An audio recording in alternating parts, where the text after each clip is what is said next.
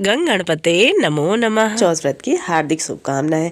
यह व्रत महिलाएं अपने संतान के लिए रखती हैं। इस दिन भगवान गणेश जी का विशेष पूजन किया जाता है। वहीं शाम को चंद्रोदय होने पर चंद्रदेव को अर्घ देने के पश्चात ही व्रत को खोला जाता है।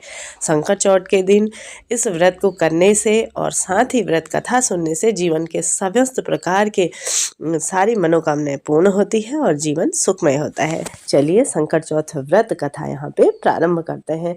तो जैसा कि सतयुग में हरिश्चंद्र नाम के एक सत्यवादी राजा थे, जो साधु सेवी व धर्मात्मा थे।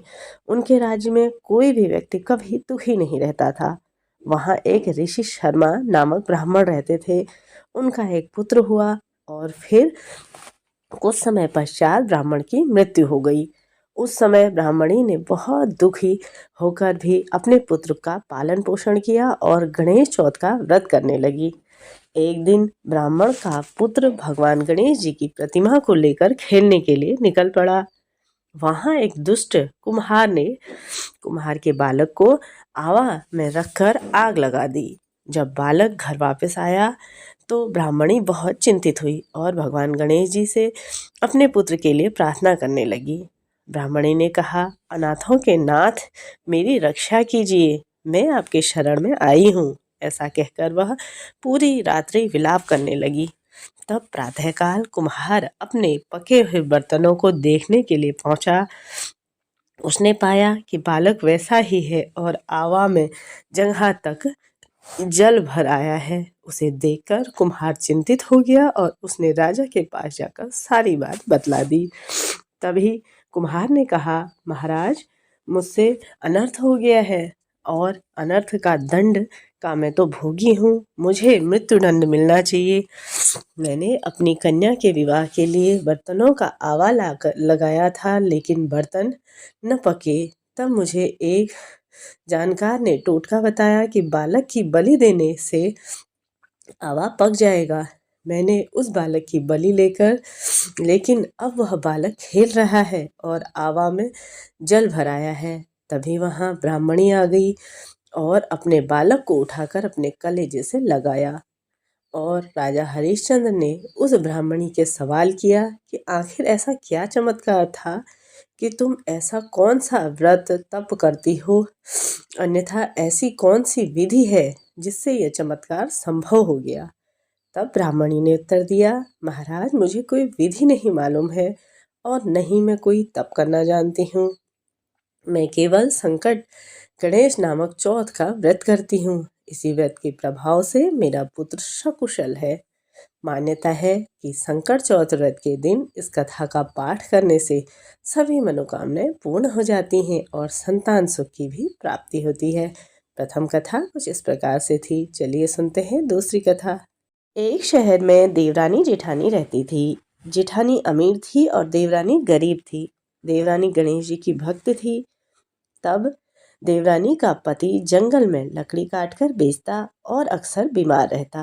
देवरानी जेठानी के घर का सारा काम करती और बदले में जेठानी बचा हुआ खाना, पुराने कपड़े आदि उनको दे देती थी। इसी से देवरानी का परिवार चल रहा था। माघ महीने में देवरानी ने तिल चौथ का व्रत किया। 5 आने का गुड़ ले आई और गुड़ लाकर तिलकुटा बनाया। पूजा करके तिल चौथ की कथा सुनी और तिलकुटा छीके में रख दिया और सोचा कि चाँद उगने पर पहले तिलकुटा और उसके बाद ही कुछ खाऊंगी। कथा सुनकर वह जेठानी के यहाँ चली गई। खाना बनाकर जेठानी के बच्चों से खाना खाने को कहा।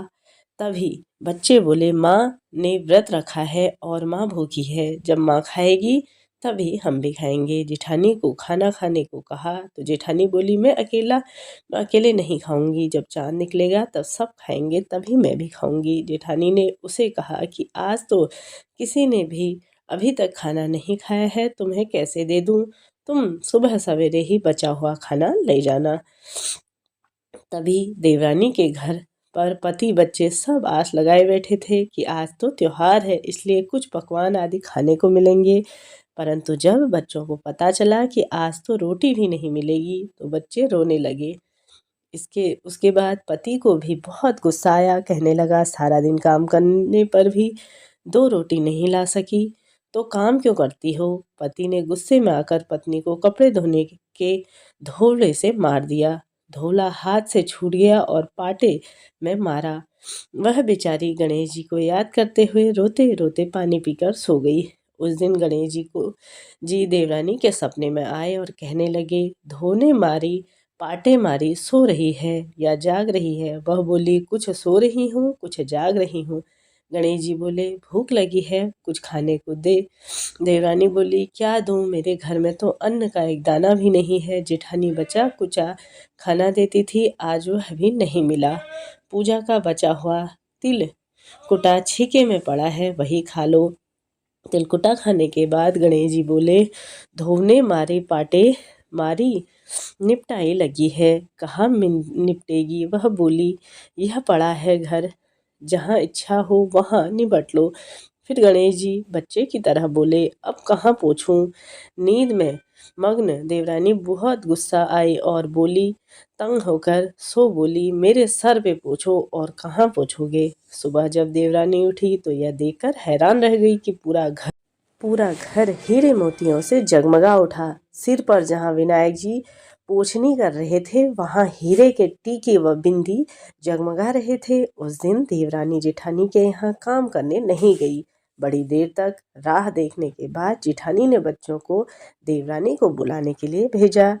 तभी जेठानी ने सोचा, कल खाना नहीं दिया इसलिए शायद बुरा मान गई है। बच्चे बुलाने गए और बोले, चाची चलो, माँ बुला रही है, सारा काम पड़ा है।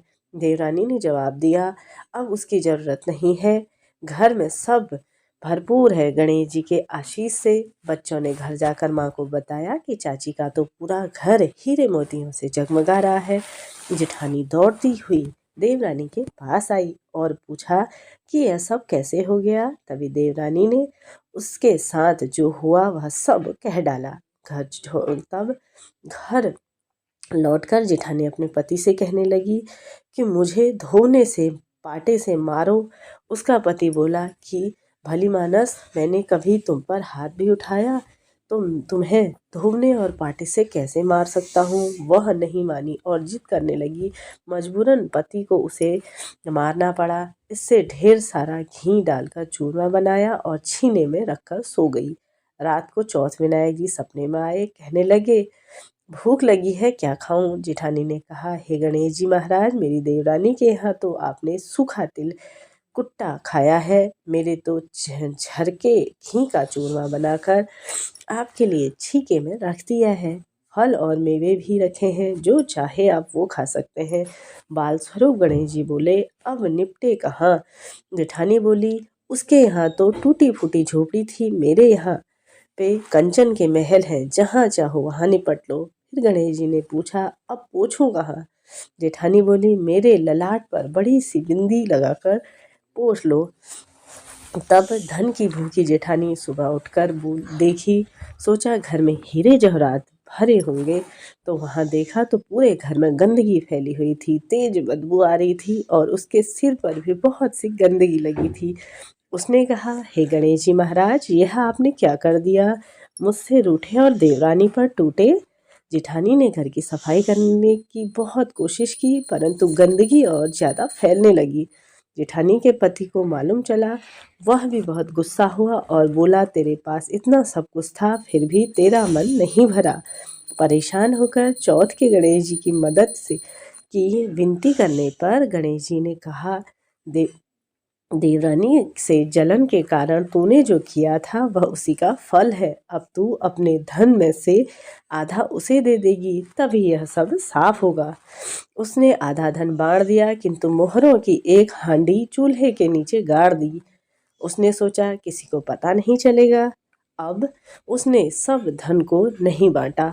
इसने कहा कि हे गणेश जी, अब तो अपना यह बिखराव समेट लो और पहले चूल्हे के नीचे गाड़ी हुई मोहरों की हांडी सहित ताक में रखी दो सुई के 2 हिस्से करो। इस प्रकार गणेश जी ने बाल स्वरूप में आकर सुई छोटी छोटी चीज़ों का भी बंटवारा कर दिया और अपनी माया समेटी। हे गणेश जी महाराज, जैसे आपने देवरानी जेठानी पर कृपा करी और कहानी कहने व सुनने वाले पर, हुंकारा भरने वाले सब पर कृपा करना। किंतु जेठानी को जैसा सजा दी वैसी किसी को मत देना। बोलो गणेश जी महाराज की जय हो। चौथ